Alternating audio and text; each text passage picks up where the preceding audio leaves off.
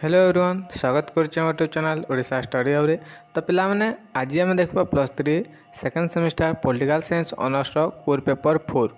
तो core paper 4 unit 4 को देखा जोटा कि निर्वाचन, राजनैतिक दल और स्वार्थन्वेषी गोष्ठी, election, political parties and interest group. तो बुझेगा। तो ऑलरेडी यूनिट 3 यूनिट 1, यूनिट 2 और यूनिट 3 कोर पेपर 4 सरी जाइए। तो आज आम कोर पेपर 4 यूनिट 4 को आलोचना करवा। कोर पेपर 3 भी 4टी यूनिट सरी जाइए। जो मैंने देखने प्लेलिस्ट को विजिट कर से पाइब। तो देख आरंभ करवा 2 मार्क और 5 मार्क सिलेक्शन प्रश्न। तो प्रथम प्रश्न रही पिला देख निर्वाचन अर्थ कौन। निर्वाचन अर्थ कौन देख व्हाट इज इलेक्शन। तो साधारणतः जो व्यवस्था माध्यम जनसाधारण से प्रतिनिधि मानक बाची था यह निर्वाचन कहुए। तो साधारणतः जो व्यवस्था माध्यम जनसाधारण से प्रतिनिधि मानक बाची था यह निर्वाचन कहुए। अन्य अर्थ निर्वाचन एक प्रक्रिया जहाद्वारा नागरिक माने दलमत निर्विशेष से प्रतिनिधि मानक मनोनीत करथांती एवं संपृक्त निर्वाचित प्रतिनिधि माने सरकार गठन प्रक्रिया रे शामिल होइतांती यह निर्वाचन बोली कहुए। बुझेगा। तो देखो साधारणतः जो व्यवस्था माध्यम जनसाधारण से प्रतिनिधि मानक बाची थांती ताहाकू निर्वाचन बोली कहुए। क्लियर। नेक्स्ट देखा प्रत्यक्ष निर्वाचन कौन। What is direct election. तो देख प्रत्यक्ष निर्वाचन में मतदाता माने सीधा सलख भोट दे से प्रतिनिधि मानक निर्वाचित करते। तो देख प्रत्यक्ष निर्वाचन में मतदाता माने सीधा सलख भोट दे प्रतिनिधि मानक मनोनीत बा निर्वाचित करते। प्रत्येक साबालक मतदाता मतदान केन्द्र को जाई सेमानंकर प्रार्थी को गुप्त मत माध्यम भोट देते। जो प्रार्थी अधिक संख्यक भोट पाई निर्वाचित बोली घोषणा करा जायते। तो क्लियर। प्रत्यक्ष निर्वाचन कौन बुझिल। तो देखा नेक्स्ट रही आम परोक्ष निर्वाचन कौन। What is indirect election. तो देख परोक्ष निर्वाचन प्रणाली रे मतदाता माने सीधा सलख से प्रतिनिधि को न बाछि गोटे मध्यवर्ती संस्था द्वारा से प्रतिनिधि बाछि थांती यह परोक्ष निर्वाचन बोली कहुए। तो देख परोक्ष निर्वाचन प्रणाली रे मतदाता माने सीधा सलख से प्रतिनिधि को न बाछे गोटे मध्यवर्ती संस्था जोड़े गोटे मध्यवर्ती संस्था द्वारा से प्रतिनिधि बाछि थांती ताहाकू परोक्ष निर्वाचन बोली कहुए। भारतर राष्ट्रपति एवं उपराष्ट्रपति परोक्ष निर्वाचन माध्यम निर्वाचित होता। तो भारतर जो राष्ट्रपति और उपराष्ट्रपति रही से परोक्ष निर्वाचन माध्यम निर्वाचित होता। बुझेगा। तो फ्रांस रो उच्च सदन सभ्य अमेरिकार राष्ट्रपति एक मध्यवर्ती कालीन इलेक्टोरल कॉलेज द्वारा निर्वाचित होता। तो नेक्स्ट देखा आम परवर्ती प्रश्न रही आनुपातिक हार निर्वाचन कौन। तो साधारण अर्थ में आनुपातिक हार निर्वाचन को एकक हस्तांतरण क्षम निर्वाचन कहुए। तो साधारण अर्थ में यही अनुपातिक हार निर्वाचन को एकक हस्तांतरण क्षम निर्वाचन बोली कहुए। ए प्रकार निर्वाचन में मतदान करुवा मतदाता माने जहाको मनोनीत करथांती तांको जनमत को गणना करिबा पई जनसंख्या अनुपात रे भोट गणना करा जायते। भारत में राष्ट्रपति एवं उपराष्ट्रपति को अनुपातिक हार रे एकक हस्तांतरण क्षम निर्वाचन द्वारा निर्वाचित करा जायते। क्लियर। तो नेक्स्ट देखा आम सार्वजनीन साबालक भोट प्रथा यूनिवर्सल एडल्ट फ्रांसेस। तो देख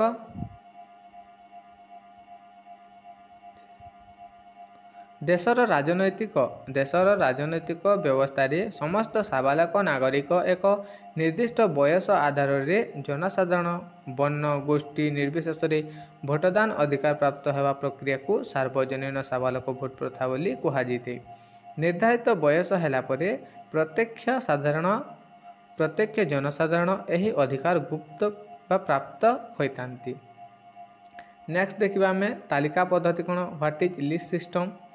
तो यही पद्धति अनुसार यही तालिका पद्धति अनुसार व्यक्ति विशेष को भोट दिया न जाई राजनैतिक दल मानक भोट दि जाए। तो व्यक्ति मानक भोट दिया न जाई राजनैतिक दल मानक भोट दि जाए यही तालिका पद्धति रे। प्रत्यक्ष राजनैतिक दल निर्वाचन पूर्व निर्वाचन मंडली प्रार्थी तालिका प्रस्तुत करथांती। दल को जेते भोट मिले सही अनुसार निर्वाचित प्रार्थी मानक संख्या निर्धारण करा जेते और निर्वाचित करा जेते। क्लियर। नेक्स्ट देखा सम्मिलित भोट प्रथा कौन, व्हाट इज प्लुराल वोटिंग। तो एक बहुप्रतिनिधि विशिष्ट निर्वाचन मंडली प्रत्यक्ष भोटर निर्वाचन मंडली थिबा प्रतिनिधि सहित समान संख्यक भोट दे पारे एवं जनता भोटर यही भोट विभिन्न प्रार्थी मध्य बांटी दे पारि थाए किंबा समस्त भोट जन को दे पारि थाए। एटा होची सम्मिलित भोट प्रथा। नेक्स्ट देखिबा आमे आंचलिक प्रतिनिधित्व कौन। तो समग्र देश को केते गुड़िए अंचल रे विभक्त करा जेते प्राय समान जनसंख्या थिबा अंचल को नहीं निर्वाचन मंडली गठन करा जेते एवं संपृक्त निर्वाचन मंडली रु जणे लेखाए प्रतिनिधि निर्वाचित होतांती। भारतर लोकसभा निर्वाचन मंडली बा विधानसभा निर्वाचन मंडली रो निर्वाचन यही पद्धति अनुसार होता है। तो देखो समग्र देश को केते गुड़िए अंचल रे विभक्त करा जेते प्राय समान जनसंख्या थिबा अंचल को नहीं निर्वाचन मंडली गठन करा जेते। तो यही भारतर जो लोकसभा निर्वाचन मंडली रही और विधानसभा निर्वाचन मंडली रही यही पद्धति अनुसार यह होता है। नेक्स्ट रही मुक्त भोटदान व्यवस्था ओपन भोटिंग सिस्टम। तो एक मुक्त प्रणाली रे मतदाता माने समस्त ज्ञान सार रे मतदान करथांती। यह द्वारा समस्ते मतदान एवं मतदाता मानकर आभिमुख्य विषय रे ज्ञान होइथांती। यह द्वारा मतदाता माने स्वच्छता रक्षा करा जाए एवं मतदाता अभिमुख्य स्पष्ट होता है। नेक्स्ट राजनैतिक दलर अर्थ कौन, व्हाट इज पॉलिटिकल पार्टी। तो साधारणतः राजनैतिक दल एक जनसमष्टि एक निर्दिष्ट नीति बा आदर्श को अनुसरण कर जनमत आहरण पूर्वक राजनैतिक प्रक्रिया रे सामिल होइतांती एवं राष्ट्र क्षमता हासिल करने प्रयास करथांती। अन्य अर्थ में राजनैतिक दल एक राजनैतिक संगठन जी कि जनमत आधार रे होता है सरकार प्रक्रिया रे सामिल होइतांती। बुझेला। नेक्स्ट रही आम देख एक दलीय व्यवस्था कौन, what is single party system. तो जो राष्ट्र में एकमात्र राजनैतिक दल निर्वाचन प्रक्रिया अंशग्रहण करथांती एवं कौन सी द्वितीय दल को राष्ट्र में अनुमति मिले नहीं किंबा जनादृतता मिले नहीं ताहाकू एक दलीय व्यवस्था बोली कहा जाए। तो जो राष्ट्र में एकमात्र राजनैतिक दल निर्वाचन प्रक्रिया अंशग्रहण करथांती ताकू एक दलीय व्यवस्था बोली कहा जाए।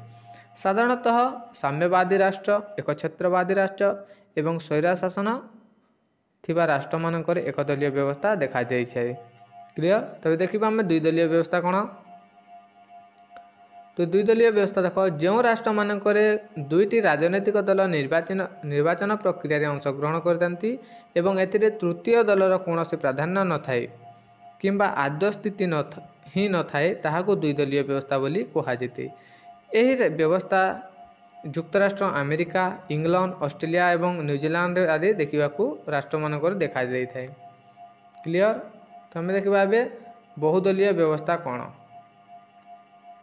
तो जो राष्ट्र में दुई रु अधिक राजनैतिक दल निर्वाचन प्रक्रिया अंशग्रहण पूर्वक निर्वाचक मानक ऊपर प्रभाव विस्तार करतांती ताहाकू बहुदलीय व्यवस्था बोली कहा जाए। ए प्रकार व्यवस्था रे जनमत विभिन्न दल सपक्ष रे होता है एवं बहुदलीय सरकार गठन प्रक्रिया देखा मिली थाए। Bharat France Switzerland Italy Norway Denmark इत्यादि राष्ट्र मानकर यह व्यवस्था देखा मिली थाए। नेक्स्ट रही विरोधी दल कौन, व्हाट इज ओपोजिशन पार्टी। तो गणतंत्र व्यवस्था रे निर्वाचन प्रक्रिया रे व्यवस्थापिका सभा रे जो दल संख्यागरिष्ठता हासिल करते ताहाकू सरकार गठन करने समक्ष होता है। तो देखो गणतंत्र व्यवस्था रे निर्वाचन प्रक्रिया रे व्यवस्थापिका सभा रे जो दल संख्यागरिष्ठता हासिल जो दल अधिक संख्या रे भोट हासिल करता ताहाकू सरकार गठन करने सक्षम होता है मात्र संख्यान्यून प्रतिनिधित्व थिबा दल विरोधी दल भूमिका निर्वाह करताए। विरोधी दल सरकारक कार्यधारा को नियंत्रण करिबारे सक्षम होइथाए। नेक्स्ट रही चाप गोष्ठी व स्वार्थन्वेषी गोष्ठी। Most important question. तो गोटे जनसंगठन जे कि सरकार गठन प्रक्रिया किंबा निर्वाचन प्रक्रिया सामिल न होई स्वार्थ हासिल पर सरकार उपर चाप प्रयोग करथाए ताहाकू चाप गोष्ठी बोली कहुए। अन्य अर्थरे कहले सरकारी नीति उपर प्रभाव पकाई निर्दिष्ट लक्ष्य हासिल प्रयास करुवा जनसंगठन को चाप गोष्ठी बोली कहुए। क्लियर। तबे देखिबा आमे नेक्स्ट प्रश्न रही इंग्लैंड टोरी संगठन कौन। तो इंग्लैंड राजनैतिक दल गठन पूर्व जो दुईटी संगठन गठित होता से टोरी संगठन होउछि अन्यतम। तो राजतंत्र शासन एवं प्रथा और परंपरा को गुरुत्व देउतबा संगठनर नाम होउछि टोरी संगठन थिला।